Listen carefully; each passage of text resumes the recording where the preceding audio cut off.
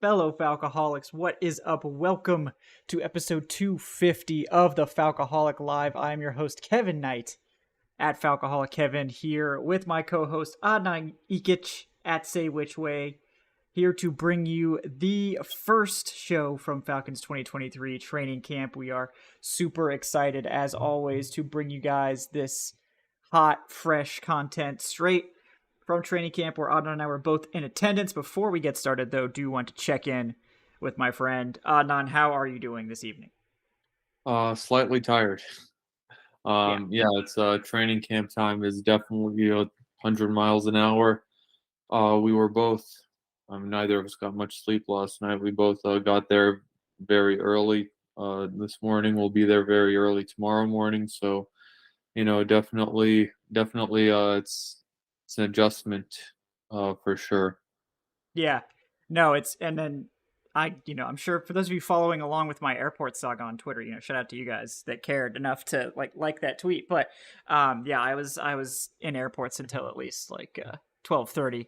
But I did make it to Flowery Branch. I did not have to parachute out of the plane. So I'm chalking that up as a big W, and we're gonna move on from that and continue on for some terrific content here, guys. Really do appreciate everyone for hanging out with us tonight. What's up? I'm sure we'll have some new faces coming to check out the training camp content. Before we dive in headfirst into that content, want to give you guys a message from our sponsors. First of all, betonline.ag, who is your number one source for all your sports betting needs. You can get the latest odds, lines, and matchup reports for baseball, boxing, golf, and more. Perhaps you're feeling, overly confident in the Falcons, maybe less so after today's practice report, right? Maybe you want to bet on, the Panthers, since apparently Bryce Young's the second coming of, Peyton Manning or something, and after one Has to practice. be hurt today. Yeah. So maybe you want to bet on that, right? You can do that. You can hit up all this stuff. But no matter what you want to do, guys, BetOnline is your sports intel headquarters this season, as they've got you covered for all your insider sports wagering needs. BetOnline is the fastest and easiest way to get your betting info, including live betting options. You have your favorite casino and card games you can play right from your home. So head to the website today or use your mobile device to get in on the action. Be sure to use our promo code BELIEVE, that's BLEAV, to receive your 50% welcome bonus on your first deposit. Bet online where the game starts, and it's back this week, guys. I know you've all been eagerly awaiting the next Blue Chew ad, and I'm happy to tell you that this episode is sponsored by Blue Chews, guys. No, it can be awkward, but let's talk about sex. Remember the days when you were always ready to go? Now you can increase your performance and get that extra confidence in bed. Listen up, BlueChew.com. Blue Chew is a unique online service that delivers the same active ingredients as Viagra, Cialis, and Levitra, but in chewable tablets and at a fraction of the cost. You can take them anytime, day or night, so you can plan ahead or be ready whenever an opportunity arises. The process is simple. Sign up at BlueChew.com, consult with one of their licensed medical providers, and once you're approved, you'll receive your prescription within days. The best part? It's all done online. So no visits to the doctor's office, no awkward conversations, and no waiting in line at the pharmacy. Blue Chew's tablets are made in the USA and prepared and shipped direct to your door in a discreet package. Blue Chew wants to help you have better sex. Discover your options at BlueChew.com. Chew it and do it. And we've got a special deal for our listeners. You can try Blue Chew free when you use our promo code BUCKET, that's BUCKET, at checkout. Just pay $5 in shipping. That's BlueChew.com, promo code BUCKET to receive your first month free. Visit BlueChew.com for more details and important safety information. And we thank Blue Chew once again for sponsoring the podcast. All right, Adnan.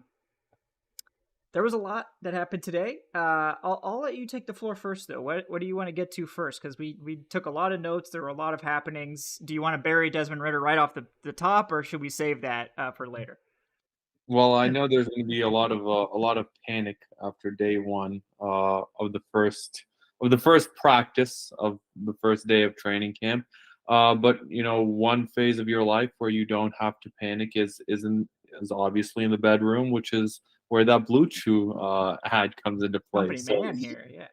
yeah, I mean, hey, we're being professionals right now with with the segue back into Blue Chew, and also Blue Chew's getting their money's worth because they just got two ads for the price of one, or two ad reads for the price of I one. know. Should start charging for this.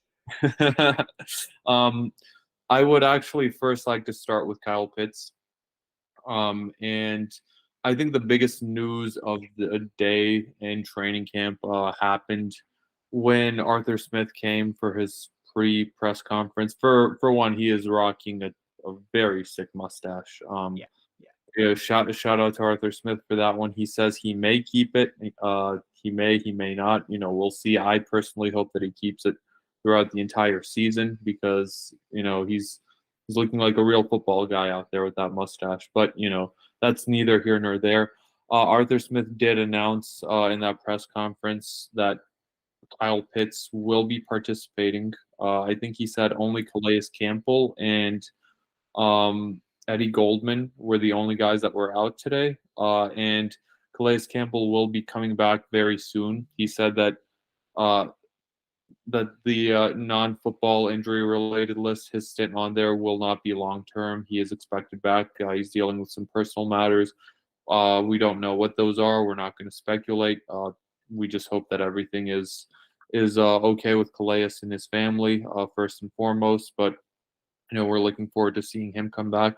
But Arthur Smith did say that Kyle Pitts, who suffered that torn MCL to end the season last year, who was expected to be ready for training camp, who avoided the PUP list, all of that came to fruition. Kyle Pitts was out there. He was wearing a leg brace, but he participated in almost all the drills outside of some run blocking stuff, which, I mean, you don't want him out there right now for that either way. He was targeted by Desmond Ridder on the first two plays of 7-on-7. He was out there working with the tight ends, just like usual. It as if he wasn't hurt at all. Was his participation level today, which is absolutely excellent for day one. For him to be out there, for him to be running routes, he looked good on those routes. He looked fluid on those routes. So I don't think we're going to have much issue with Kyle Pitts being healthy come week one, especially. I don't know what the plan is for the preseason for him. Arthur Smith did say that we will have a bit of a ramp up with Kyle Pitts. They're probably going to limit his reps a little bit. So I would expect when it comes time for pads, when it comes time for some more physical stuff, maybe they may limit him. Maybe they may give him a day off. But I think just seeing what he did today will probably ease everyone's minds. And I would encourage everyone to not panic if Kyle Pitts, in the coming days maybe gets a day off or has some limited reps because I think they're going to manage him a little bit in training camp. But he is out there. He looks very healthy, and that's the biggest news. That's the biggest news of training camp right now. That Kyle Pitts is looking good, and he's going to be 100% for week one. That was the most important thing coming in. Arthur Smith did also say that Matt Hennessy will get the first crack at left guard. I don't think that is a shock, given the fact that this team, sort of makes rookies earn it a little bit. They bring rookies along a little bit slower. I wouldn't be shocked if we saw Hennessy and Bergeron have the same treatment as Hennessy Dahlman in the competition last year. Maybe not to that dramatic effect where last year was one day it was Dahlman as a starting center, the next day it was Hennessy as a starting center, then Dahlman, then Hennessy, then Dahlman. We could see Hennessy for a few days. Then I am expecting to see Bergeron run with the ones at some point. I think that they do want to see what he has out there. I think this will be a very spirited and a very intense competition. I didn't want to take everything away. just keep going. Just list the whole article. no, but we already teased Desmond Ridder. We'll get to yeah. Desmond Ridder pretty soon, but we will. I will say I think the biggest possible stories, the best possible news: Kyle Pitts is healthy. Calais Campbell will be back very soon. Yeah. So it's positive on the injury front. We're not really going to be waiting too long to see Calais Campbell. It sounds like that it's believed that it's not a long-term issue. It's not a long-term concern.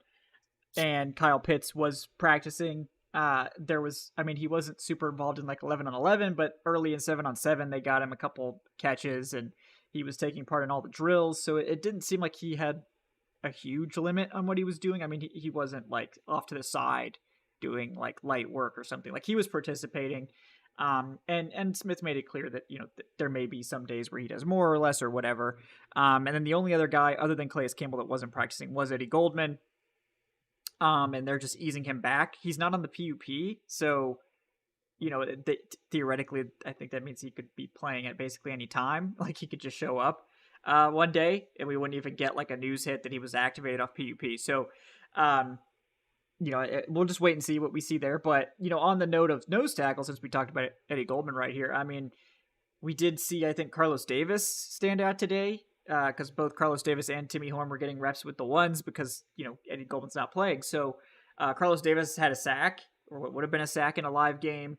I thought Timmy Horn looked solid as well. I think he recovered what was like a botched snap at one point with the second team offensive line. So, I think we're seeing that maybe there is some depth there. And to be fair to Timmy Horn, I think he played better towards the end of last year. It's just, Eddie Goldman at his peak is probably a much better player than either of those guys. So we'll just have to see how quickly Goldman can come back and how impressive, Carlos Davis and Horn can be over the remainder of training camp. But that was one interesting note on the nose tackle battle, that we did actually see a couple of good plays by those nose tackles.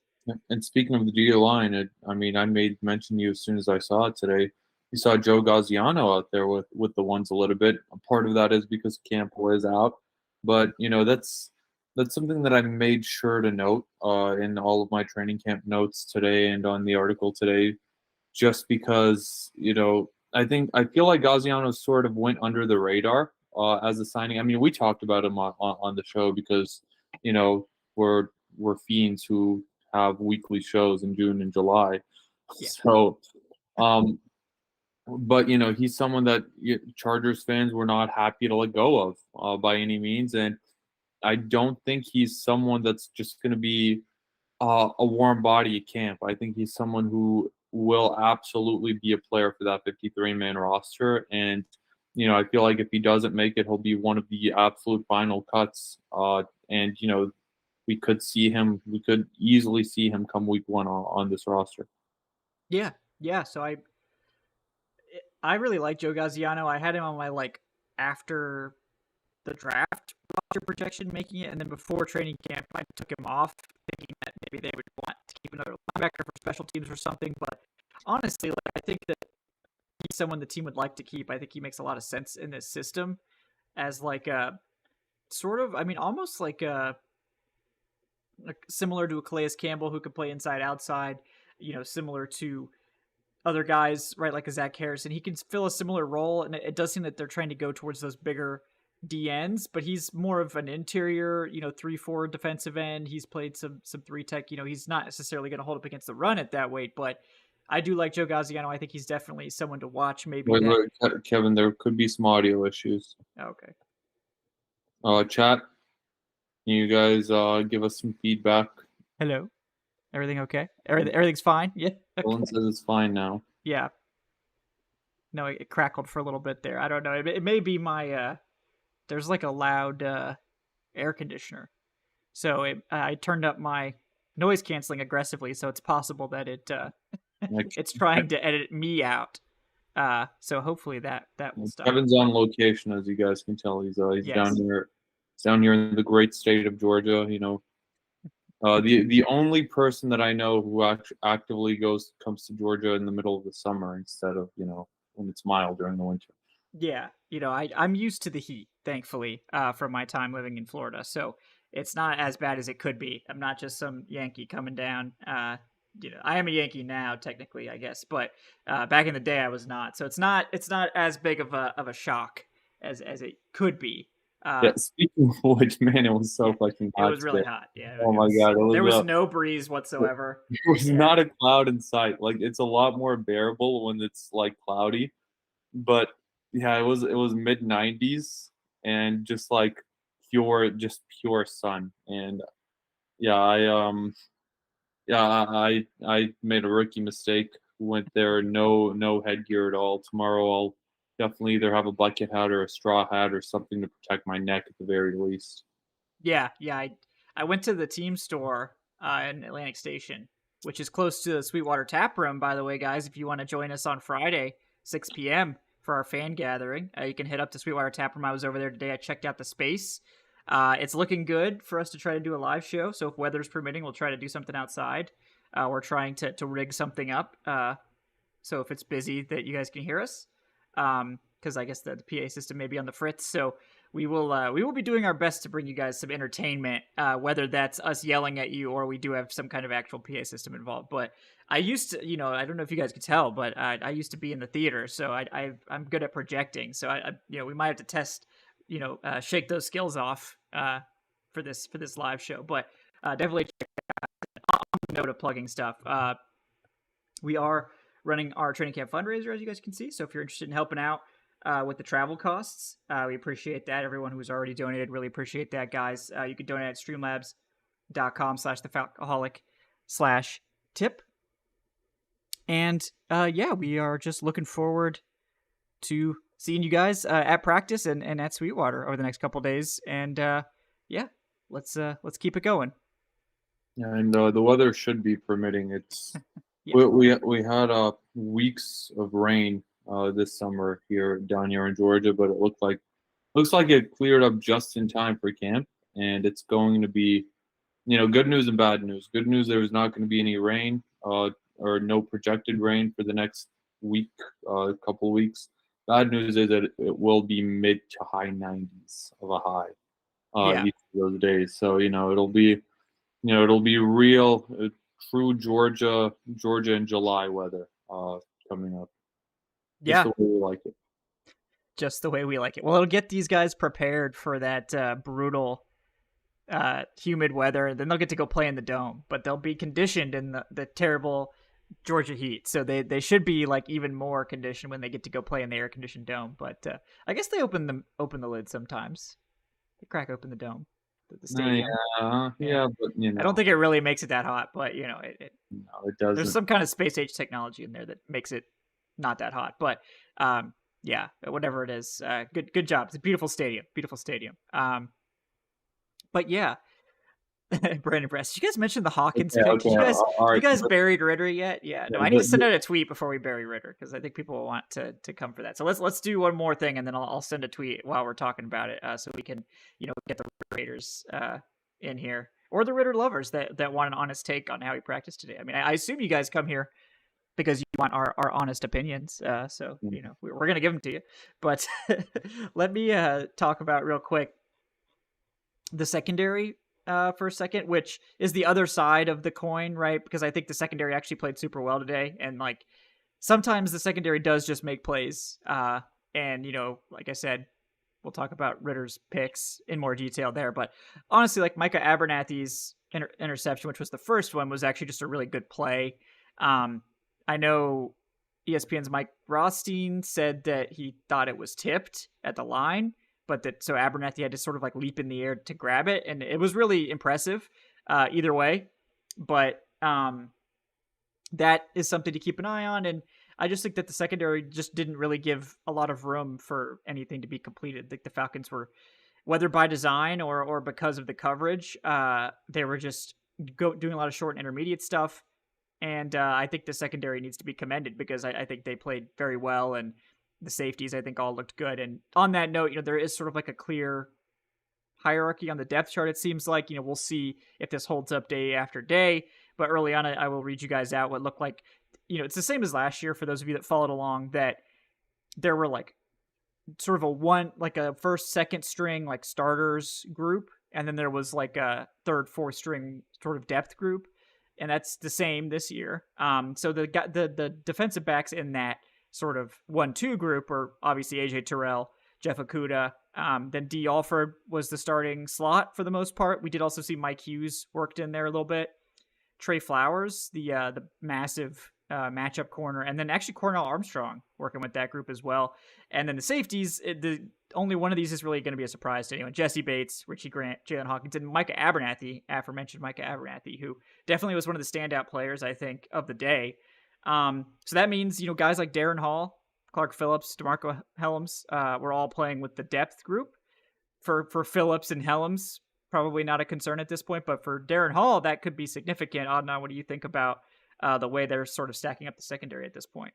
I mean, yeah, it's not really a surprise. The only thing that, may be a small surprise to me, but not really, is seeing D. Alford running out there with the ones. And I say not really because D. Alford is the veteran of this defense. Mike Hughes, his primary competition, is more of a veteran in the NFL, but D. Alford spent last year, uh, on this team with this defense. That's one of the most vicious battles for that starting nickel cornerback role.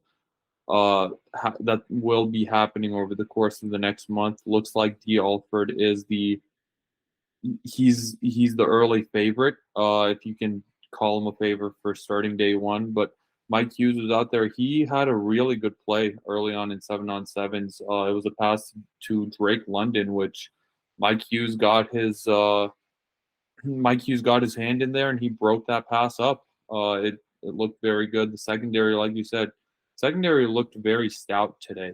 I'm pretty excited for the secondary overall. I'm not really surprised that Clark Phillips, who is a rookie, is out there with the depth group.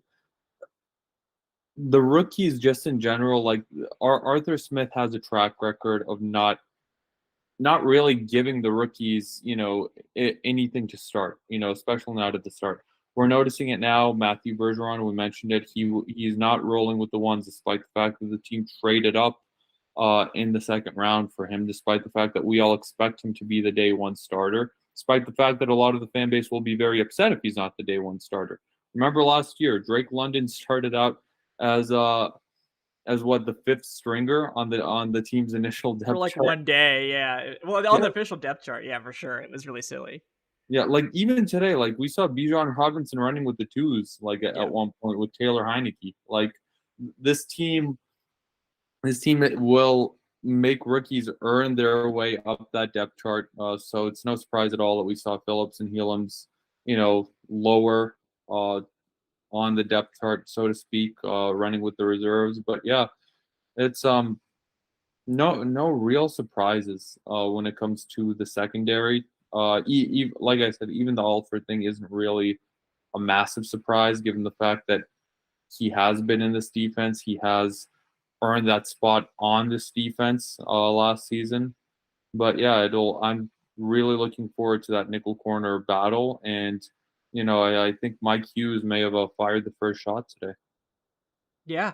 Yeah. I mean, I think that honestly, we didn't see D. Alford a ton. I don't know if that was by design or not. I mean, he was certainly out there some, but I feel like we saw more of the like second, third string guys, really. But again, there wasn't really a lot of like teamwork in general, and like we also couldn't record it, so Yeah, it's like if you didn't see it, it's like okay, well, I can't exactly go back and review anything or break anything down because it's like, well, I'm live viewing only. So that's a little bit frustrating, but um yeah, I mean, I think it's going to be an interesting battle. It does seem like D. Alford and Mike Hughes are the clear competitors right now, and like if both of them are really good, that's a good problem to have. Because Mike Hughes can also play outside, so can D. Alford. So having that fourth corner for dime packages or as depth, because look, you're going to need to play your fourth corner at some point. Like it's going to happen. Like you're playing three corners. At some point, somebody's going to need to come off the field for one reason or another. So having a really good fourth corner is great. And like I also think Micah Abernathy sort of quietly really impressive today. And like we heard a little bit of this, right? So like through the off season. Like Micah had a pick today. Like Micah Abernathy had like one of the plays of the day. I'll go a step further and say that if that play happened in the middle of a real NFL game, it may have been going back for 6. Yeah. Like Micah Abernathy made a great play on the ball near the line of scrimmage, and yeah, I mean he had green grass ahead of him. Like he is going to make his claim for the 53-man roster, just like a bunch of these guys. And I mean, yeah, you have Terrell and Okuda as your starters. D. Alford's out there. Mike Hughes, I'm expecting both of those guys to make the team. Hughes, at the very least, is a punt returner, and then you have You have Trey Flowers out there. Darren Hall is fighting for a spot. Clark Phillips, I think, will make the team. Abernathy right now, when it comes to the safeties, I think is, I don't want to say fully locked in at backup free safety. I mean, he's fully locked in when it comes to the reps, when it comes to the reps in camp. But I'm expecting Mike Abernathy to make this team as the backup free safety. Yeah, yeah. So, I mean, that's definitely one of the more interesting ones that we did like hear about, right? Like we heard um, that Mike Abernathy was playing a little bit with the second team, and even was maybe playing some with the starters prior to, like obviously some guys weren't there, but it seems like that has actually, borne out, and he's really is mixing in with the starters. So definitely excited to see more from Micah Abernathy, because he could be quietly like the guy that is the fourth safety. It's like, oh, I guess maybe he was the guy all along. I mean, and it shouldn't surprise, right? He was a practice squad guy, maybe the back half of the season. I don't remember exactly when he started on the practice squad. I think it was mid-season at some point, but immediately signed to a futures contract, brought him back. They like what they saw clearly. So this is a guy that's been around the team for a little while now. Was on the practice squad, and I think is someone to really monitor, because I think we might have something there. All right, before we get to the Ritter talk, I know we promised Ritter talk. It is coming. We did have a $5 donation from Gary Stafford. Thank you so much, Gary. Really appreciate that, man. He says, "Do you guys think any UDFA has a chance to make the roster this year? I always root for those guys." Yeah, I've got a couple in mind, but Adnan, I'll let you take the first crack at it. Yeah, one guy that we saw, that we got some video of today, who was displaying some really nice footwork, who, made some nice catches in that receiver battle, is your guy Xavier Malone. He's And my he, son. I've already adopted him, so no one else can have him. All right, this is my guy. yeah, well, Xavier Malone looks, his footwork is so good. Like he was running some of those drills, and I mean, yeah, it's one of those drills where the coaches have like the big noodle arm, and they're like, Yeah, they're like hitting you with it. yeah. I'm sure that's like They're trying to break up the that, passes or whatever. Yeah, that may be the most fun part of being one of these assistant coaches. just get to Um, whack guys. Yeah, yeah, but like Xavier Malone was out there. Like, I mean, Kevin and I both have at least one video of him on our Twitter feeds. I'm sure they're like buried under camp conversation, but like he like go look at a couple of those videos. He looked really good. I think he had a really good step today. Really good first step today, and possibly staking his claim to one of those roster spots. We know that wide receiver battle, the first four spots are all locked in. London, Scotty Miller, Mac Hollins. Hollins had a really good block today. And Kadarrell Hodge more than ever. We haven't even mentioned Kadarrell Hodge yet, but Arthur Smith made sure to mention Kadarrell Hodge in the pre-practice press conference. He named Kadarrell Hodge specifically as someone who he expects to get more out of this year, as someone who's been underutilized. He talked about Hodge as, how good Hodge is as a special teamser, and he is. Led the Falcons with 9 special teams tackles last year. I know that doesn't sound like a lot, but it is. You don't really have that many opportunities to make a tackle in special teams like you do on defense. He's a hell of a gunner, and I'm expecting Kadarrell Hodge to go out there and have some real packages, have some real plays as a wide receiver. And I think Arthur Smith sort of he sort of made it clear that this isn't a 3 wide receivers are safe and the rest are battling. It's more of a 4 wide receivers are safe. And then, I think the rest of the receivers are battling for the last, I don't know how many they'll keep, honestly, 1 or 2 spots. But Xavier Malone is definitely someone who, has a chance at one of those spots. I think Joe Ali also might be an undrafted free agent. Oh, Josh Ali. He Josh Ali. was. I think I'm trying to remember. He was technically a 2022 UDFA. He didn't sign with Atlanta in camp. That he was another guy that was brought in, I think, Okay. Oh, yeah, he mid-season. was on. Yeah, he was on the Yeah, on the reserve. practice squad. So I don't Yeah. know if it counts. But one more name I will throw at you. who I mean we didn't really see him today, but one name that I think has an opportunity to make this team as a UDFA. Ikena Enechku, I think it's Enichukwu, maybe. Enechukwu. Yeah. Yeah, the linebacker. The linebacker. He's a UDFA out of Rice. Um, he, had a really good career at Rice as, as a very strong pass rusher. I think he has a chance to really. I think he has a chance to take Ade Ogundeji's job. To be completely honest with you, I think the team's really underwhelmed by Ogundeji's performance last year. I don't think Ade's job is by any means safe, and I think Anechku has a chance to really come in and steal that roster spot and to be the UDFA on this team. But I'm right there with you. I also root for these UDFA guys. Yeah. My favorite part of training camp and preseason. I always try to highlight one of them who makes the squad with a featured article. So I mean, I'll maybe look into writing one of those at the end of the preseason. I remember I wrote one on Jaden Graham a couple years ago. Last year I wrote it about Jared Bernhardt. So hopefully I'll have that opportunity to do so again at the end of preseason again this year.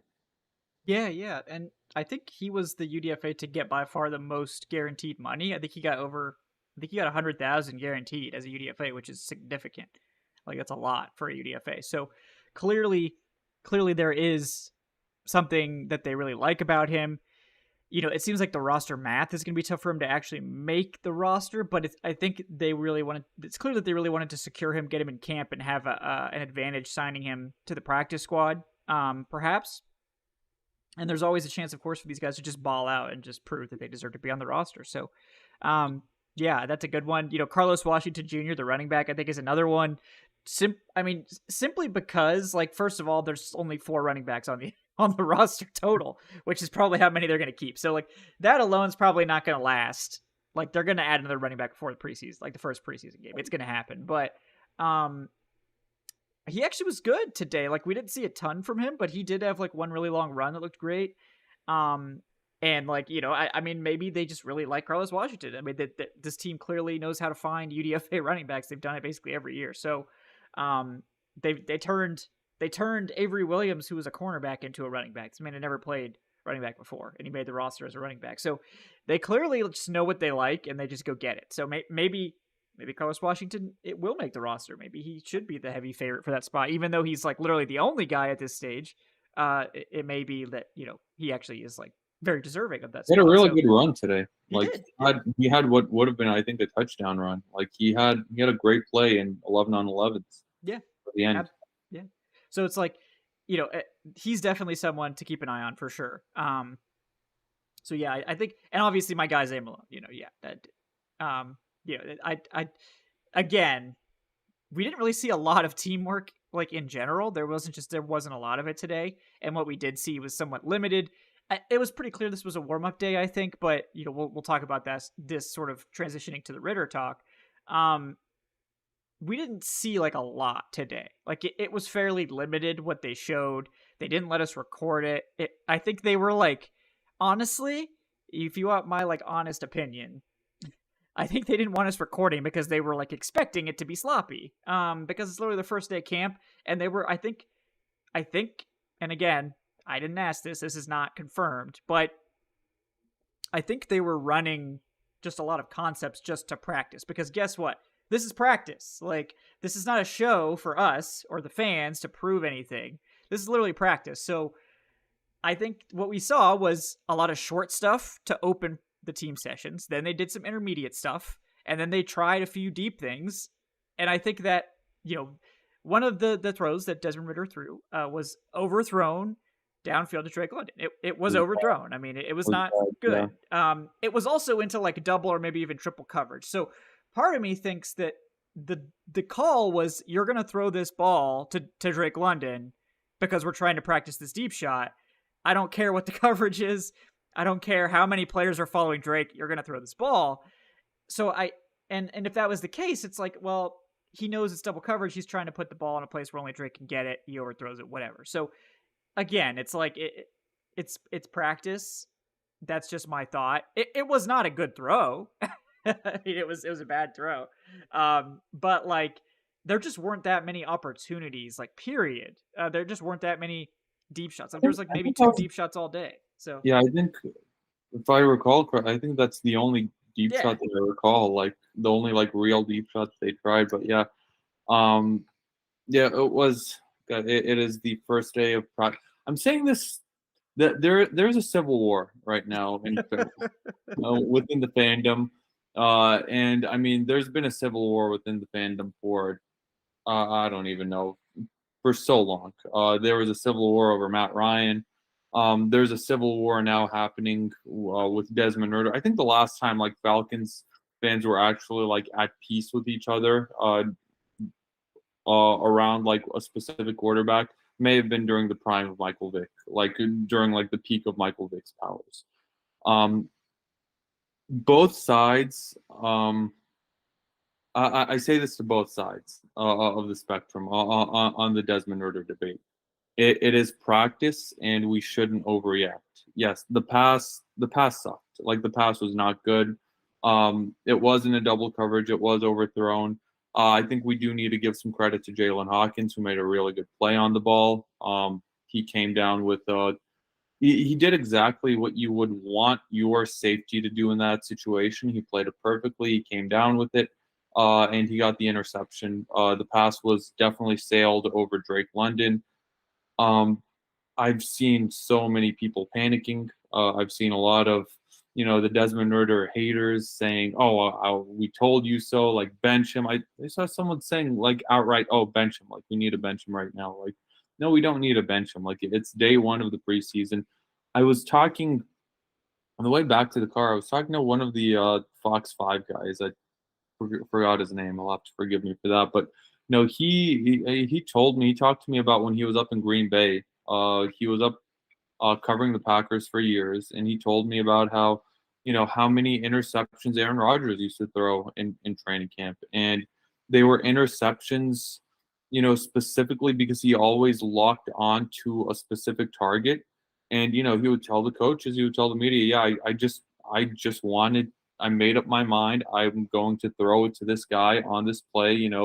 We're practicing this route concept. We need to get into the hang of it.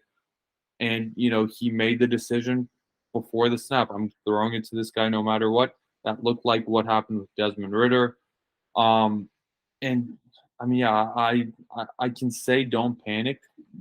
Falcons Twitter isn't going to listen to me. Falcons no. Twitter is, Do what you guys want. I mean, if you want to overreact to one day of practice, like I get it. There's been literally no football until now, so yeah, like it's I still in the understand. training camp. Like I But understand. I will say to the other spectrum of the Desmond Ridder truthers, don't get mad at us for mentioning that he threw a pick. Yeah. But like that's literally our job. That's literally what we're out there like to do. Like we're out there to inform everyone else. We're out there to inform our viewers, to inform our readers what's going on like at training camp. Like, don't be mad saying, "Oh, the media is going to cover every single like interception, every single." Yeah, we are. We're Yeah. going to cover every single touchdown too. Yeah. Like we're going to cover every I would single. rather have clips of touchdowns to show you, but Yeah. like, I mean, Well, if all we showed you was touchdowns, you guys would say the defense was ass. So yeah, I mean, it's like it's give and take, right? Like, I mean, maybe it was a good play by the defense. That could yeah. be true too. Like just fair warning, every single interception that Ridder throws this training camp will be mentioned by us. Every single touchdown Ridder throws this training camp will be mentioned by us. Every single explosive run will be mentioned by us. Like don't get mad at us for being the messengers and for saying, yeah, no, this happened, like it was an overthrow. Like we're not just trying to stroke reactions. We're just trying to inform you guys about what's happening at training camp, because that's why we got the credentials. That's literally the only reason why we're out there. Yeah, I mean, it's like you guys have to understand, like it's literally practice. First of all, I know it feels like super high stakes because it's like the first thing we've seen, and like jobs are on the line. Like it is high stakes for a lot of players. It's a but for like, multi-billion-dollar industry. Of yeah, course it's and so positive. so it is, but the first day is arguably the lowest stakes. I mean, like I'm talking about like the first wide receiver drills. They stopped it after like two guys ran it, and they were like, "No, you're throwing the wrong route." To like to the quarterbacks, like, "No, this is not the right route. Like, you need to throw this instead." Like, it's literally day one. Like they're not even like on the same page about what route they're doing in the first drill. Like, I mean, I'm just trying to impress upon you that it's like it's literally just the first day. So if 3 days from now the same stuff is happening, then obviously uh it's a pattern that's emerging, and you should be more concerned. But like honestly, you probably shouldn't be super concerned until you see Ritter bomb in the preseason, or it happens all through training camp. He doesn't have any good days to balance out bad days. I mean, I would struggle to even call today bad. I mean, I think it was mediocre, like very mediocre. But I mean, it is what it is. Like, I think that Arthur Smith is going to challenge Desmond Ridder to throw deep in practice. And like some of them aren't going to hit. Like, I think even the best quarterbacks only hit 50% of their deep shots. Now, obviously, you'd rather it fall incomplete than be picked off. But, there's a lot of camp left, guys. This is just the first day. Two things can be true at the same time, and I know this is the boring level-headed take. And it's a lot more fun to either panic or to say that, there's no issues and we should just put our blinders on and this team is going to win every game. We can meet in the middle. Like, it doesn't have to be like one end of the spectrum or the other end of the spectrum. One is it's practice. We've seen, I mentioned the Aaron Rodgers example. Remember, Joe Burrow threw many picks in training camp during his rookie year. Jamar Chase had that, like, remember the plague of Jamar Chase's drops. I know this is a different like positional like conversation, but I remember Jamar Chase like falling almost a full ADP in fantasy A full football because, round. Yep. yeah, full round ADP, excuse me, because he was dropping the ball too much, and panic in the preseason was setting in, and we remember Matt Ryan like throwing the interception to Kyle Shanahan in 2016 before he went on to have an MVP season. I remember that story literally went viral. Like that wasn't just like Falcons viral. Like I think that was picked up like by some of the national outlets and national reporters. Like it's training camp. It's fine. There's no need to panic. However, Desmond Ridder is still completely unproven, Yes. and Desmond Ridder absolutely needs to prove himself in training camp. Like he's not a 10-year veteran who has multiple Pro Bowls and or an MVP to his name. This isn't like Matt Ryan a few years ago where you can just sort of go out there and brush it off like, all right, like no matter what he does in training camp, it is what it is. Like Desmond Ridder is out there. He's not competing for his job. He's already been, named the QB1, and the team is behind him as the QB1. Cordero Patterson. We talked to him a little bit after practice today, and he said that the team is rallying around Ridder as the QB1. But he still needs to go out there and prove that he's worthy of that label, and he still needs to go out there and perform well in camp and in preseason. Like it matters more, I think, in my opinion, for a rookie quarterback how he looks in some of these moments than for example, a veteran quarterback, because if Ridder struggles throughout all of camp, if Ridder struggles throughout all of preseason, why would we be confident that it would be anything different against the top defenses and the number one guys for other teams come week one? But that being said, it was only day one of training camp. It was definitely a mixed bag. Wasn't I would have liked to see Ridder not throw those picks, and to do I would have liked to sit here and just sing his praises and say, oh, Ridder looks amazing. He is the guy. I can't wait to see him. But I can't wait to see him tomorrow, and I can't wait to see how he sort of bounces back from some of the struggles. And it's still just day one. But I get it. We haven't had a football for months, and people are just grasping onto anything that they can get. But the good news is training camp is every day, because imagine if this was like a weekly type thing with the practices. Then we'd have to talk for the next 7 days about, oh, like, is the sky falling or not? Right. We only have to do that for 24 hours. Yeah. I mean, look, people are gonna have bad practices. Like I mean, it happens. I remember Casey Hayward getting like absolutely cooked by like Drake London, and like he was fine in the games he played. So it's like, I mean, and Drake London ended up being really good. So it's like, it doesn't like you're evaluating both sides of the ball, not just the offense or the defense in a vacuum. So like, if there's a pick, it doesn't necessarily mean that the quarterback was bad. It could also mean that the defense just made a good play. Maybe the quarterback was pressured. Maybe there was a time crunch, whatever. So, like, you can give credit to your defense and not bury your offense at the same time. Like, sometimes it's just guys making plays, and it'll go back and forth. Typically, over the camps that I've seen, offense starts slow, and the defense has an advantage, and then it will gradually shift towards the offense as you get further into camp. This is particularly true when you're installing a new scheme, but I mean, it basically happens every year. And like the plays that they called, like it was very conservative stuff today. Like it was clearly a warm up day, I think. I mean, they didn't call it that. This is just speculation on my part, but my honest gut approach to this whole thing is that this was a warm up day. They were trying to get a shot play out there at the end to try to jazz it up and then, get those juices flowing, and they didn't hit it. And like, there's nothing really to be concerned about at this stage. Like, if 5 days from now we're still talking about, well, Ridder hasn't hit any deep shots and it's just been interceptions all day long, then yes, you can be concerned. You have my permission to freak out. And I mean, you don't need my permission to freak out. Obviously, you do enjoy however you want to enjoy. But I think that as Mad Tom K says, what you're saying is context matters. That's a novel concept. It's a novel concept on X, apparently, because that's what Twitter is now. So you guys are welcome to do whatever you want with what we tweet or what we share, what we report, but we're going to try to put it in context for you. It's up to you guys to listen, take what we say, but again, a lot of it is opinion. And I think I had like something that I was working on that is like, this is like the confirm your priors Wednesday, or like, fans don't overreact to like 10 plays of 11 on 11 challenge, so it's just like, if you thought Desmond Ridder sucked going into today, you probably think he sucks right now.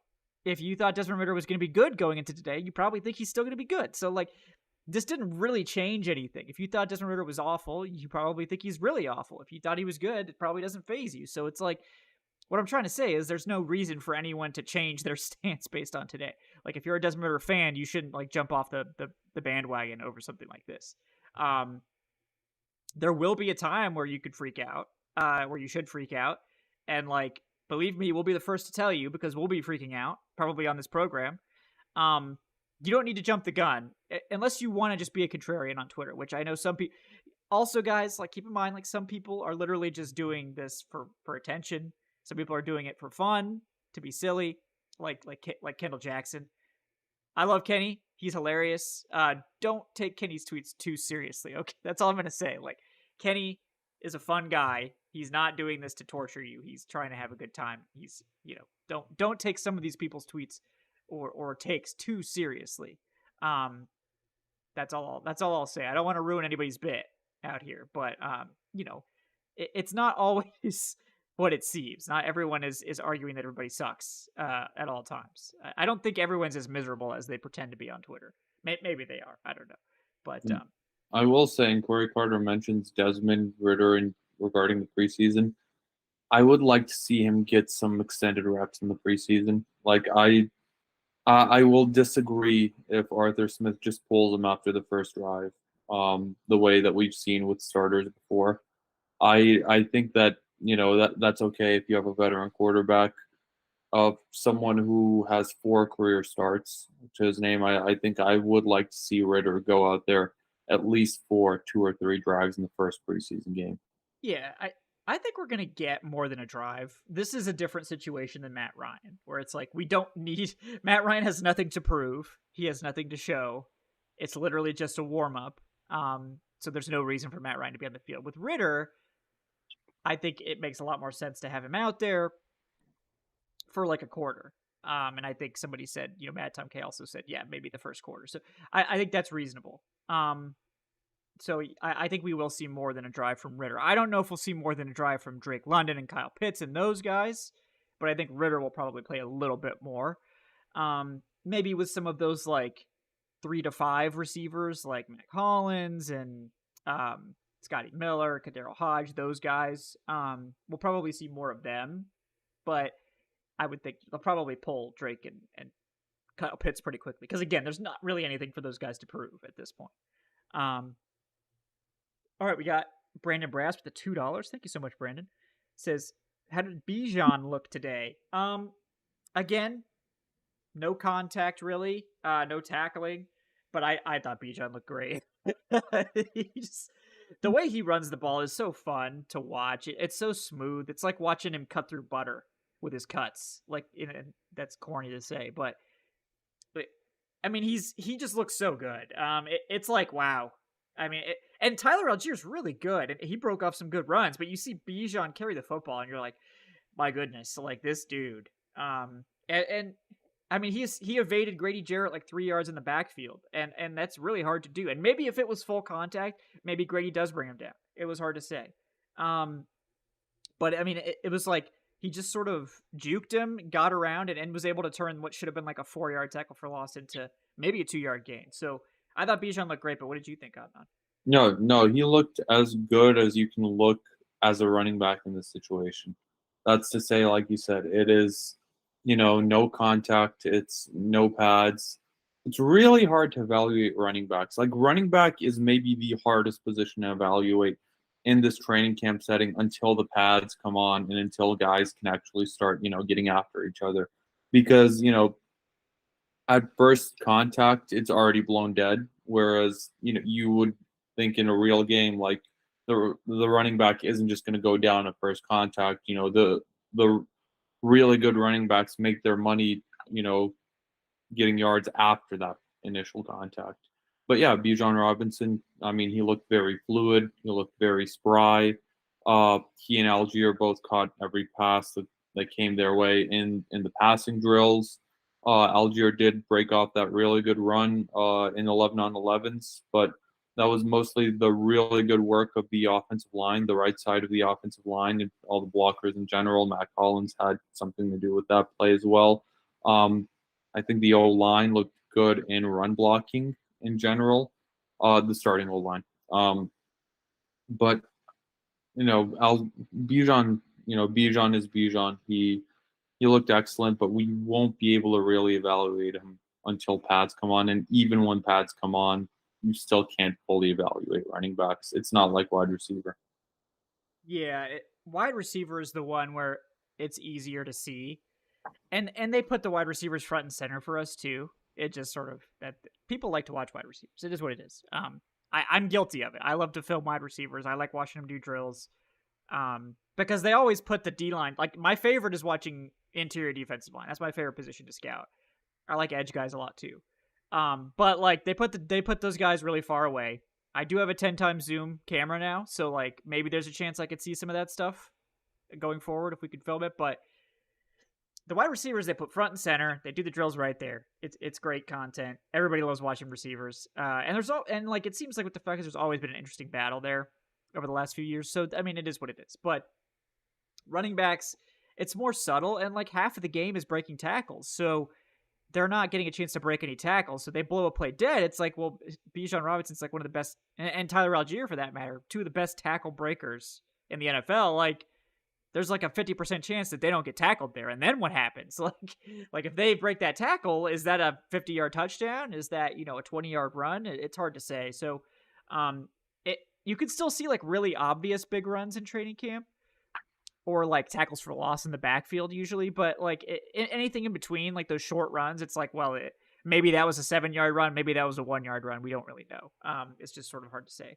But I thought Bijan looked really smooth, looked really good, and really excited to see what he gets up to over the rest of training camp. I know he was involved extensively in the passing game. I know Arthur Smith said they used like the offseason as sort of like a passing clinic for Bijan in his press conference, where they were getting him a lot of reps in the passing game. They were lining him up in the slot as a receiver, helping him do different things.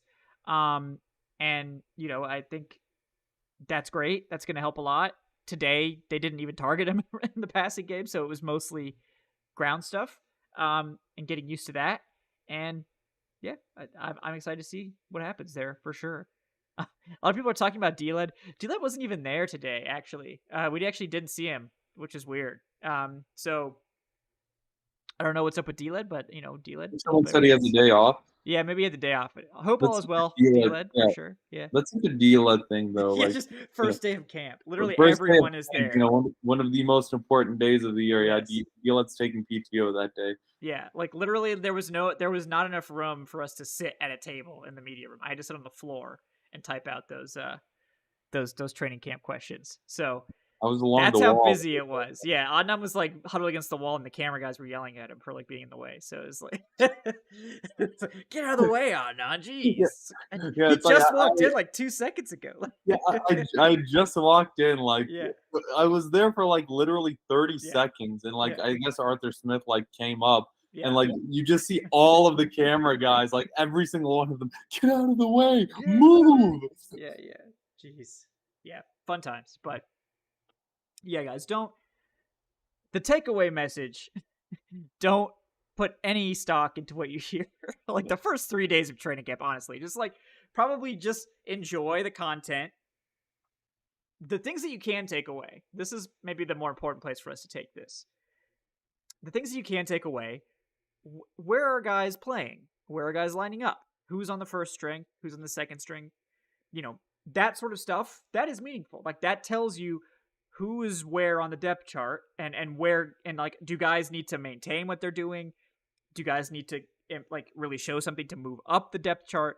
Where are the rookies? Like all that stuff is actually meaningful. Like that stuff does matter because it tells you a lot about the way the roster's constructed, how they view these guys, and so on. Like the Micah Abernathy thing, like we mentioned. This is a confirmation that he is high up the depth chart, that he is a guy that's really in the mix for 53-man roster. Like Adnan mentioned earlier with Joe Gaziano, same thing. Like this is a guy like Calais Campbell's not there, but he's the next guy up. That means they clearly like him. He's got a shot for the roster. So there are some things that do matter. So I won't say like nothing matters, don't pay attention, because like please do click and like and subscribe and all that good stuff. Thank you. But in terms of like the actual on-field performance of a lot of guys, it's okay to relax a little bit about that. Like I wouldn't get too, like, if Desmond Ridder threw 3 touchdowns today, I don't think I'd be like freaking out and being like, oh, he's a Hall of Famer either. So that, honestly, like that, you need to take it both ways. Like if Desmond Ridder comes back tomorrow and is like, oh yeah, he throws like 5 touchdowns, it's amazing, it's crazy, I'll be like, well, it's still the second day of training camp. They're still working on stuff on the defensive side of the ball. So like, I'm not really going to give him a ton of flowers for that either. So, just relax, enjoy the content, enjoy what we're given, enjoy the vids. Hopefully we'll get to record more tomorrow, for God's sake. Yeah, that's the thing. That's the thing I didn't like about today. Like the vast majority of camp, they did not let us record. And it's like, all right, like let's, it's like, hopefully they will with fans in attendance. But it's like, all right, like, let us capture some of this. Like, yeah. You're running vanilla concepts out there. None of this is going to be given away to like any teams. Mm-hmm. And I do suspect that this was a closed practice. So like maybe they were doing some stuff they didn't want people to see, whatever. I guess I find that hard to believe. At the first practice, you're like rolling out your secret packages. But the next like 5 or 6 practices are all open practices where fans are just going to be standing there watching. And like, let's be honest, pretty much anyone could just show up to these things. So, I mean, Bill Belichick could show up in a mustache and a hat and scout your team. Like, maybe teams do this. I don't know. But, like, I would. Shit. Yeah, I mean, that's what I'm saying. It's like, it's an open practice. So, like, there's no point in hiding anything. Like, anyone can see this. Anyone can talk about it. So there's really no point in hiding it. If they still do it, I will be disappointed. and you'll hear us complain about it because it's not cool. Like, fans deserve to see, like, you shouldn't have to go to Flowery Branch to see some of this stuff. Now, if you want to keep, some plays secret and keep a couple of sessions off the record, that's totally fine. Well within your rights. But, like, we shouldn't be not recording for, like, 3/4 of practice or only being able to record drills. I mean, come on, guys. Like, come on. What are we doing? What are we doing? So, you'll be hearing from us if we if we don't get to record more, because that was not enough today. I Yeah, feel no, partially to blame for this also, but no, no, you're absolutely to blame. this is all my After fault. last week. However, yeah, no, it's almost all of the 7-on-7 and 11-on-11s. They made us put away our phones, our cameras. The only people allowed to record were the Falcons.com folks.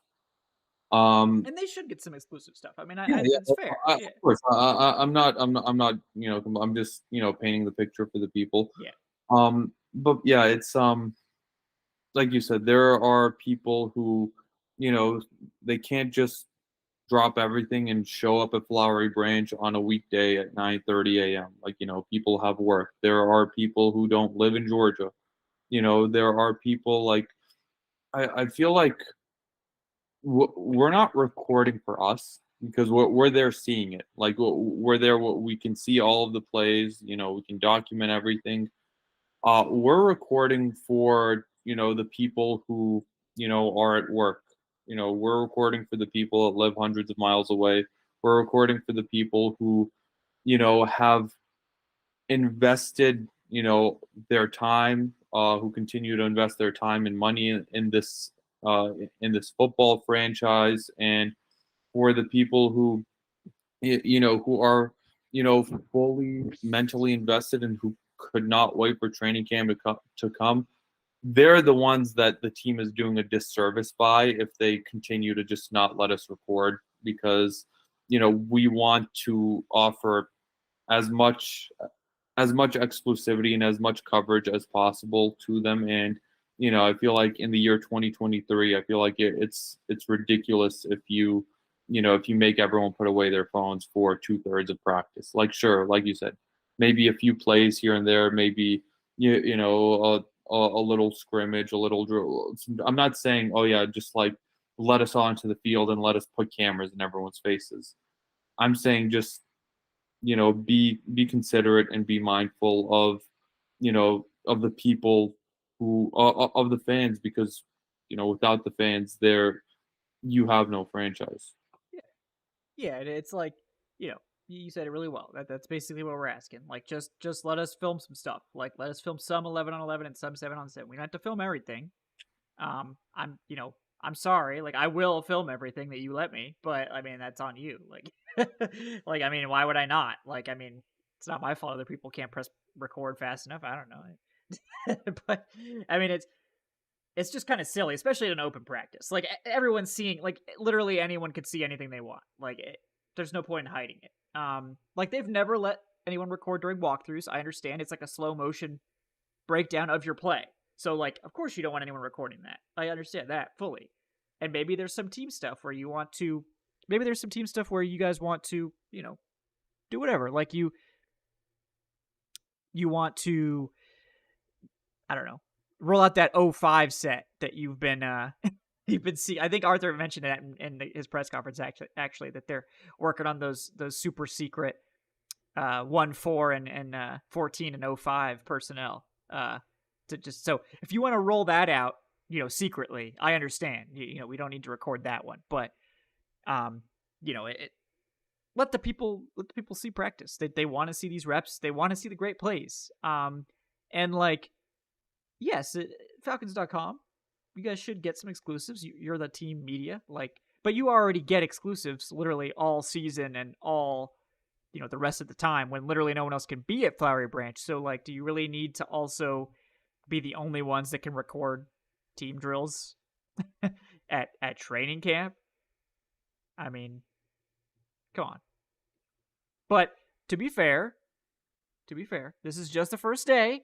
No one's overreacting, right? We're relaxed, but this is merely saying if this continues, we, we'll be a little salty. That's all. And That's all. we'll continue complaining, and Yes. we will. We don't want to do that because we love these guys. You know, we've met a lot of the people that work for the Falcons. It's a good group. Love John.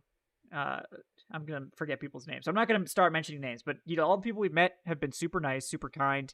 I love that we're no longer sitting in a sweaty tent, so that's a big improvement. I was like, oh, I could actually like stay here and write an article today. This is crazy. I've never been able to do this before. Um, so it's it is what it is. Um, just one day of practice, so we won't overreact to media restrictions, just like we won't overreact to some picks from Desmond Ridder. But Yeah. If there's more of the same the next couple of days, then we will overreact. yeah, and it won't be just us, I guarantee it. So Oh yeah, like the entire media, like it was Atlanta starting to. media. There was some grumbling. Yeah, there was some grumbling, but yeah, I don't know where you were standing. There was definitely some grumbling where I was standing at one point. So, and there was some grumbling last year even too. And I thought last year we were able to record a fair amount. So, we'll see how that plays out. All right, we got one last donation from Corey. Thanks so much, Corey, man, with the $5. Appreciate you. I'm hearing some rumors of a loose practice today. Would you agree? I mean, I think what I would describe it as is like a warm up.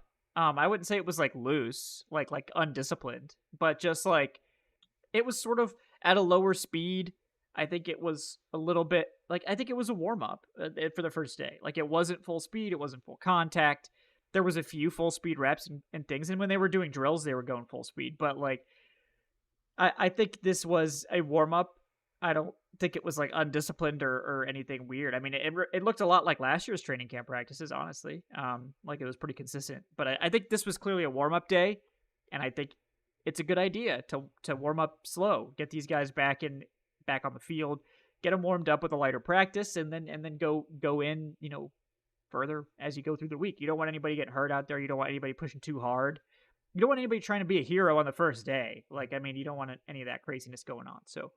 Um, so yeah, it's I wouldn't call it loose, but what did you think, Adnan? Did you get the same kind of vibe that it was like a warm up, or what did you Absolutely. think? Yeah, I mean, I got that vibe when I noticed that it was just all, got that vibe when I noticed 3 or 4 straight flat route passes, like, over and over and, like, clearly several. intentional. I think. Yeah, Yeah, it's like, I definitely think that they didn't want to overstrain people out there, especially, you know, I think an underrated part, and, we've talked about it jokingly, and, we've mentioned it. We talked about the Heat earlier jokingly, but I do think that sort of has a little bit to do with it. Just because these guys are out, and I know the rookies have been there. The rookies have had their mini camp. The veterans just reported. I think today was their first practice. Yesterday they reported, but you don't want to overdo it right away, especially not in 97 degrees. I feel like there would be some cramping issues. There would be, yeah, it wouldn't be as high quality as you would want it to be. Now, I think in the coming days they will start ramping up a bit more, but I think today was definitely by design, like more of a, all right, let's go out there and let's sort of get a little bit into our rhythm, even if we're not going out there at like absolute full week one 100% speed. yeah. No, I fully agree there. I think it's a warm up day. That's my takeaway, and that's my opinion. We didn't exactly see, uh, we didn't get like confirmation of that from anyone, but that's just sort of where it Yeah. seemed to be, in my And Corey, opinion. Yeah. nothing notable from Penny Hart. I'm not even sure I saw him. Did you actually see him? I was I, looking for him, but I I yeah, imagine he was out there, and I just missed him by coincidence. But yeah. If you did, I did as well. I saw J.J. Arcega-Whiteside out there. I saw Chris Blair, Slade Bolden, Xavier Malone. mhm. I think Uh, I saw you know, everybody else, Josh honestly. Ali. Yeah. But there wasn't an announcement that Penny Hart was out. No. It So that was that would have been a late scratch.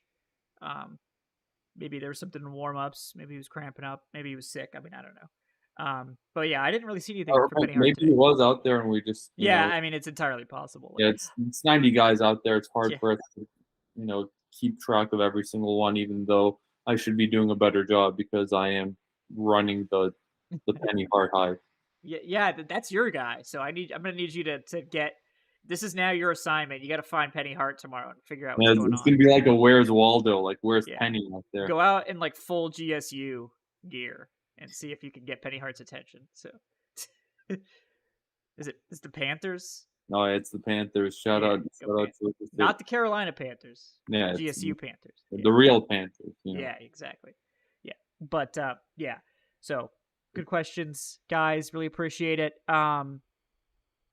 Yeah, I think I don't know if there's anything else we need to touch on. I think we pretty much covered all the main stuff. Um, yeah, I think we mentioned all this stuff. Oh, Michael Walker, the linebacker, he was working with the first team as like the third linebacker. He played on the line of scrimmage some too. So I thought that was interesting. He seems a lot of speculation, obviously, guys, about like is Michael Walker in the doghouse, or is he like more popular in this new scheme because the linebacker coach is the same? Was it Dean Pease that didn't like him, or what? Seems like everything's fine because he was the third linebacker pretty clearly. He was working with the first team, second team group extensively. So it seems like Walker is clearly in the mix. He was playing on the line of scrimmage some, which is kind of cool. So yeah, I think Michael Walker's definitely in the mix for the roster and is probably the favorite for that third linebacker spot. Any other notes that you wanted to touch on, Adnan? I think we basically covered everything. Yeah, we absolutely covered everything, like everything notable at the very least. I'm sure there's going to be someone that's going to talk about how we didn't talk about, the fourth Probably. string, interior defensive line. I mean, we pretty much almost covered that one as well. Yeah. We didn't talk about my son Michael Pruitt returning, I guess. So welcome back, Michael. Yeah. I mean, we speculated, like we were wondering why Michael Pruitt wasn't like, what was taking so long. Yeah. Yeah, and it And I mean, was yeah. he came back. He came back right for the beginning of training camp. So whatever it was, they figured it out. And yeah, Jason, they weren't hiding Jalen Mayfield. There was a Jalen Mayfield mention from Arthur Smith beforehand. Yep. That he will be, running with the right tackle guys. So that seems to be the position that they're sticking him in. And yeah, we're getting some right tackle Jalen Mayfield until he gets cut. Yep. So yeah, I mean, Mayfield is a right tackle at this point. That's what the official report is. He is not the starting right tackle. I think there was some confusion about that. He is just a right tackle. Obviously, Caleb McGarry is the starting right tackle. But yeah, the difference a year makes, by the way. Remember coming into camp last year, right tackle was an open competition. Like right tackle there was no guarantee that Caleb McGarry was going to win that job over Jermaine Ifedi. And we went into it speculating like, hey, is Caleb not on the roster bubble, but is Caleb McGarry's spot safe? I don't think his spot was safe for week one. I think he did win out. He did beat out Ifedi for that spot. He did get the reps. He made the most of those reps. And then, lo and behold, Caleb McGarry he legitimately had a Pro Bowl level season last year. And 1 year later, Caleb McGarry is here on a long-term deal. Jermaine Ifedi is, not in camp. Yeah, he's parts unknown, I guess. I think he got re-signed pretty quickly somewhere else, but yeah, I think he's definitely somewhere. Yeah, maybe but I don't know. I think it was another NFL team, but I'm not exactly sure. But yeah, I mean, I'm happy to see Michael Pruitt back. I literally like in my roster projection, I was like the Lions with the Lions. Oh, it's the Lions. Okay, yeah. The Falcons and the Lions just trading players this year, man. Yeah, so it was like funny because like I think I spent like 3 minutes in the roster projection pod talking about like, oh yeah, bet Michael Pruitt's on the speed dial. I'm surprised they haven't brought him back already. We've been talking about this all off, and then like literally like a day later they brought him back. So just enough so that he wasn't able to actually be in the roster projection. But happy to have Michael back. I mean, if they were going to listen to us, I would have rather they signed Ben Jones. To be honest, right? Yeah, I mean, like. I got other takes. Where's Sammy Watkins? Okay. Yeah, Yeah. it's like the monkey paw, just like going. I was Yeah. no, no, no, no, no, No, no, no, no, not this one. Well, we don't. No offense to my call, but yeah. we have other ideas that we'd rather the team incorporate. Yeah. No, we just Yeah. need we need like if Michael resigns and Corey Davis ends up here somehow, then I will forever receive the off-season prophet label for this off-season because I think I called those like in March or something. So I will also say it was very funny. The press conference just began, and Arthur Smith immediately, even though he wasn't in attendance, Arthur Smith immediately did mention D-Led yeah. because apparently, our guy D-Led, speculated that Calais Campbell may have been holding out for whatever reason, even though he just signed a free agent contract with the Falcons this offseason. And Arthur Smith made it a point to let it be known that no, Calais Campbell is not holding out in hopes of, I don't even know what he would be holding out for. Is that legit? Did D-Led actually like write that? I don't know if he wrote that, but I think Arthur Smith definitely mentioned that. No, I thought he was saying that D-Led was holding out. no, I Like, thought he was okay. talking about Maybe he was because he immediately went into Calais after that. So I'm not sure. We're gonna have to do some sleuthing on this for sure. This is I think the important news item we need to track tomorrow. Is it Calais or D-Led that's holding out? I need to know now. That is high up my list. If D-Led is holding out, I would love to know the. He's holding out for a new contract with the AJC. They've listed him as a running back, so his prospects don't look good. Didn't he play? Did he play running back? I can't remember. He played something. I think he might have. No, I think he was like a defensive player, if I remember correctly. But I don't know. We'll get to the bottom of this, guys. We're gonna do some real journalism tomorrow and figure out the details of this particular storyline. I know this is the one that you guys care about the most. But Yeah. And I mean, if I'm making a mistake here, then my mistake. My apologies, but I was trying to give you some cover there, so yeah. let's make it lighthearted just in case. But No, yeah. It's definitely lighthearted one way or another. Oh yeah, it was funny. I also liked Arthur Smith. He's rocking like a Joe Lasso mustache now, and he was asked about the mustache. He was like, "Oh yeah, it's a lifestyle thing. Not everyone can handle it, or it's not for everyone." It was great. I enjoyed that. So, great job, Arthur Smith. The stash looks good. I mean, he can pull it off. Not a lot of guys can pull that mustache off. So, No, it looks really good. He looks like a real football guy out there. yeah. My theory, and I mean, I don't know. Maybe I should have asked this, but my theory is that he probably got caught up with Ted Lasso. Oh, he Because loves Ted Lasso. I know that. yeah, that show is fantastic, and I think maybe he took some inspiration from Jason Sudeikis's character.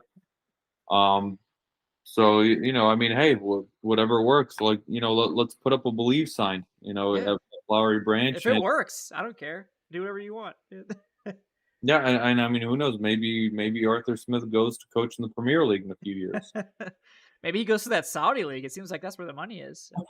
Hey, if the Saudi League is looking for some journalists, Yeah, there you go. Hey, give me a call. I don't know anything about football, excuse me, but I could fudge it. It's like, yeah, I'm a football expert for sure. Yeah. Oh, you mean like football, not like American? Oh, my bad. Well, just pay me that severance and we're all good. So, yeah.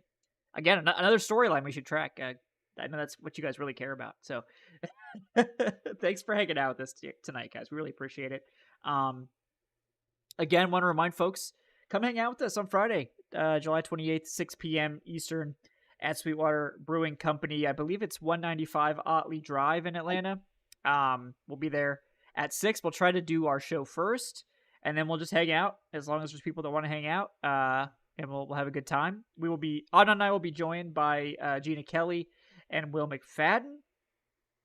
I'm very certain, I think, of those two and their availability. So, excited to get to hang out with those guys. Excited to meet some of you guys. If you'll be at camp, be sure to say hi.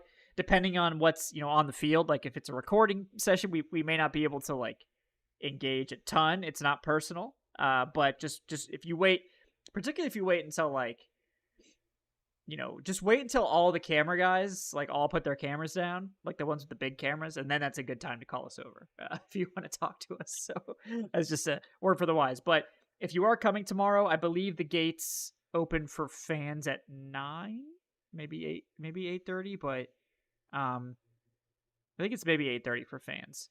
But yeah, so we'll see some. I'm sure we'll see some of you folks out there. It's a good time. Yeah, Hopefully it won't be I know as crazy, but practice definitely starts at 9:30. it starts at 9:30. Yeah, I think they open the gates for fans at 8:30. So No, the real question, the real saga that we need to be tracking is, are you and me going to get down there early enough to get some of that there sweet meat was parking? there's like 10 spots, like legit. There's like 10 spots. From what I can see, it's comically small, the media parking. So, I don't know. I wasn't expecting to get it today because I figured. I mean, Arthur Smith was speaking at like 8:45, so it was like, okay, I'm getting there at like 8:35. It's not going to happen, but we'll see. We'll see. Because in years past, it hasn't been that hard, but this year, I think I saw like 10 spots. So, yeah, it's not great. So we'll see. Yeah, guys. Again, thank you so much for hanging out with us tonight. Fun start to training camp. Yep. And yeah, we'll be okay. Go ahead. Yeah, And Corey, to answer your question, I literally am using. I actually am using vacation days. Yeah. I'm taking I took PTO from today until next week on Wednesday to be at camp. More or less, Adnan's really yeah. really pulling for us. We appreciate Adnan's vacation time, and yeah, this is what I do. More or less full time. So I don't have to take any vacation days, but I do have to pay for all the travel, which is why we're running our training camp fundraiser. So you want to help out with our training camp fundraiser, guys? Great seg there. Streetlights.com/Falcoholic. We really appreciate everyone. Thank you guys so much for donating. We really do appreciate that. It means a lot. It helps get you this great coverage, and of course, it helps us,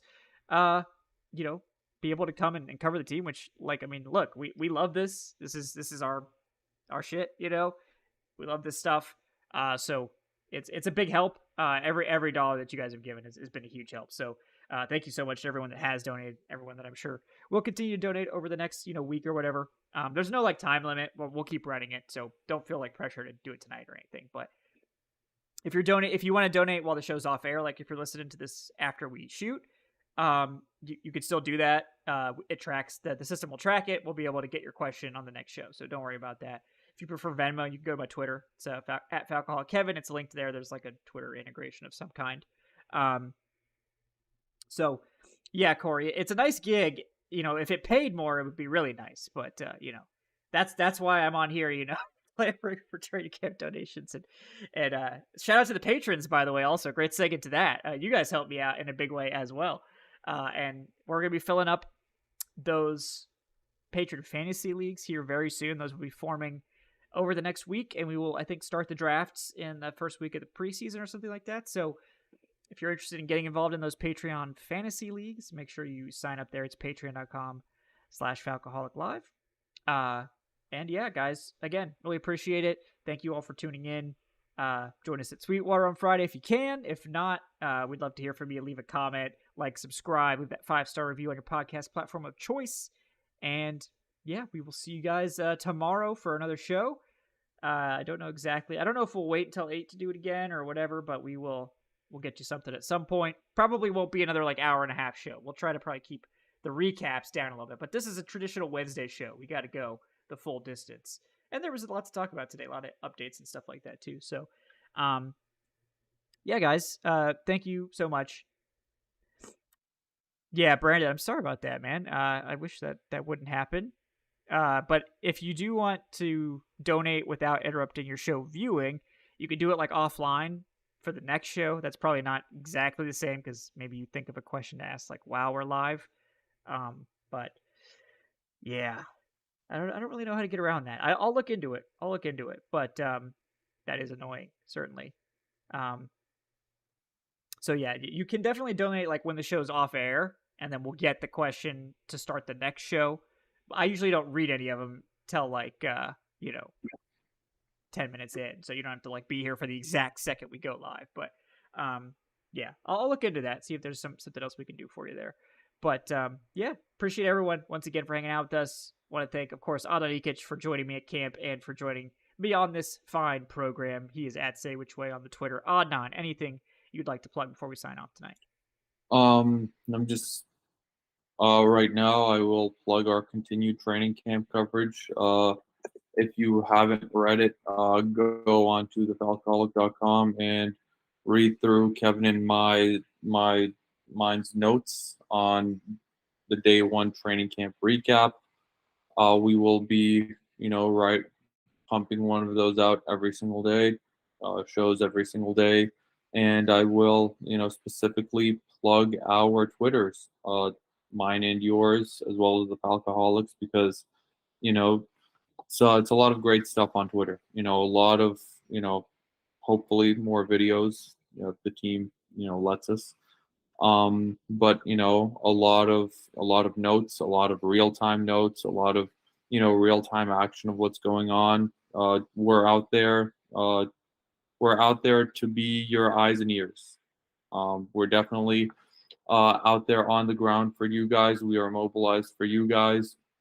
If you're at work and don't want to be as productive, those hours between 9:30 and 11 a.m., just go on Twitter and just, follow us and refresh Twitter a little bit, and you'll see some real-time updates of what's going on at training camp. And I the best way to view it is to actually be on the hill, and I think the second best way to view it is to be on our Twitter accounts. Yeah, yeah. If you can get to the hill, it's a lot of fun. If you've never been before, it's a fun atmosphere. There is occasionally like a heckler. I think it's the same guy every time. Like I literally don't think anybody else heckles except that one guy. But he's actually fun. Like he's hilarious. So, Are you and then talking like you'll get other fans that like yell back at him, and it's like a about? whole thing. It's fun. You No, remember that guy, I think. I thought you were talking about the Twitter hecklers. Oh They no, no, no. It's like the one guy that actually shows up at practice and is like, "Oh, like you did, oh, tackle him," and it's like a non-contact practice, but he's like yelling for people to like tackle and stuff like that, and it's hilarious. Oh yeah, it's Corey. Yeah, it's him. Yeah, I'll be on the lookout tomorrow for sure. yeah. We'll see if the heckler shows up. He's pretty funny. Um, but yeah, guys, thanks so much for hanging out with us. We will be back sometime tomorrow. And of course, we'll be live from Sweetwater on Friday at 6. So look forward to that as well. And we will continue to bring you this sweet, sweet coverage that I know you guys desperately crave and need coming out of the dens. And we finally made it. We are here. So again, thanks so much for all your support, getting us this far, joining us through all those off-season shows. And we will continue going here until we get to some preseason action, which we will once again be doing some preseason play-by-play. I know that's like a favorite a favorite show. I think that's one of our more fun activities. So we'll be doing that as well. And like I said, subscribe if you're enjoying the show. Give us that 5-star review on the podcast platform if you're enjoying that. And we will see you guys bright and early on Twitter tomorrow for day 2 of Falcons training camp. Until then, guys, thank you so much. The show was brought to you by Bet Online. Thanks again to Bet Online and Blue Chew for sponsoring the show. Until next time, guys, have a great night.